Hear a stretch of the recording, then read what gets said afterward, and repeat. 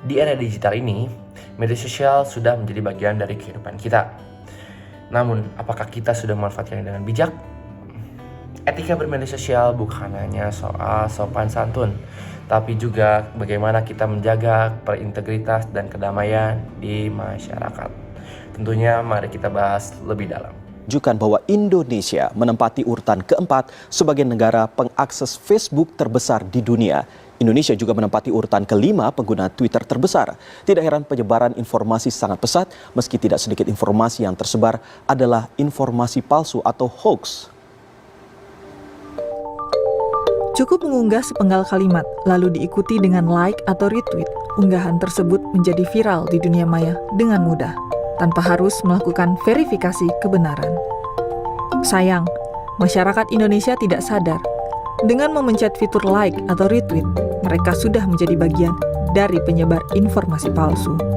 Memang kekuatan media sosial yang bisa menciptakan mass self communication, komunikasi yang masif, bahwa banyak orang lewat self to self, lewat share, lewat person to person. Disitulah maka lalu orang yang begitu mudah suka nge-share itu bisa terkena sanksi pidana kalau yang di-share adalah sebuah tuduhan pada orang lain yang tidak benar. Masyarakat kerap tidak menyadari ada etika yang harus dipahami dalam menggunakan jejaring sosial. Kasus Buniani misalnya, unggahan pada laman Facebook pribadi tersebar hingga berujung pada unjuk rasa besar yang menuntut Basuki Cahayapurnama dihukum karena dianggap telah melakukan penistaan agama. Contoh kasus lain adalah Yusniar, seorang ibu rumah tangga yang menuliskan kemarahan melalui media sosial yang berujung ke meja hijau. Dan kasus terakhir adalah penghinaan yang dilakukan Pandu Wijaya kepada ulama Mustafa Bisri melalui akun Twitter. Di tatap muka, orang itu kan masih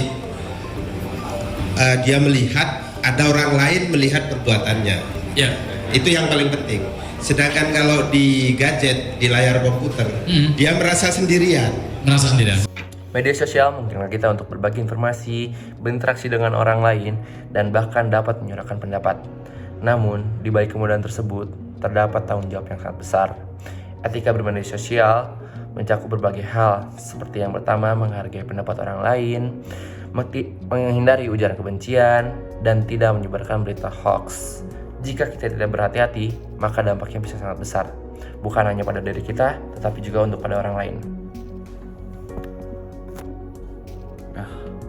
Tanpa etika, media sosial dapat menjadi sarana yang merusak. Penyebaran informasi palsu atau ujaran kebencian dapat memicu perpecahan, merusak persatuan, dan bahkan dapat mengancam stabilitas negara. Ketika kita tidak peduli dengan kebenaran, kita akan ikut menyebarkan ketidakpastian dan ketegangan.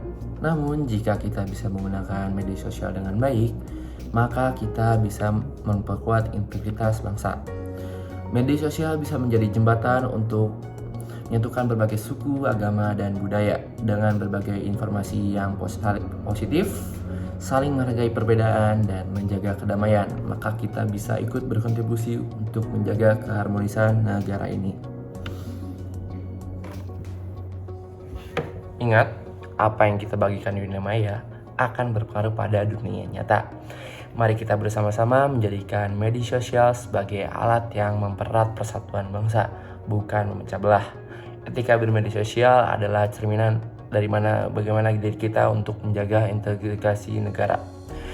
Oleh karena itu, gunakan media sosial dengan sebijak mungkin demi masa depan yang lebih baik. Closing statement dari saya, jaga etika, jaga persatuan, bersama kita kuat, bersama kita maju.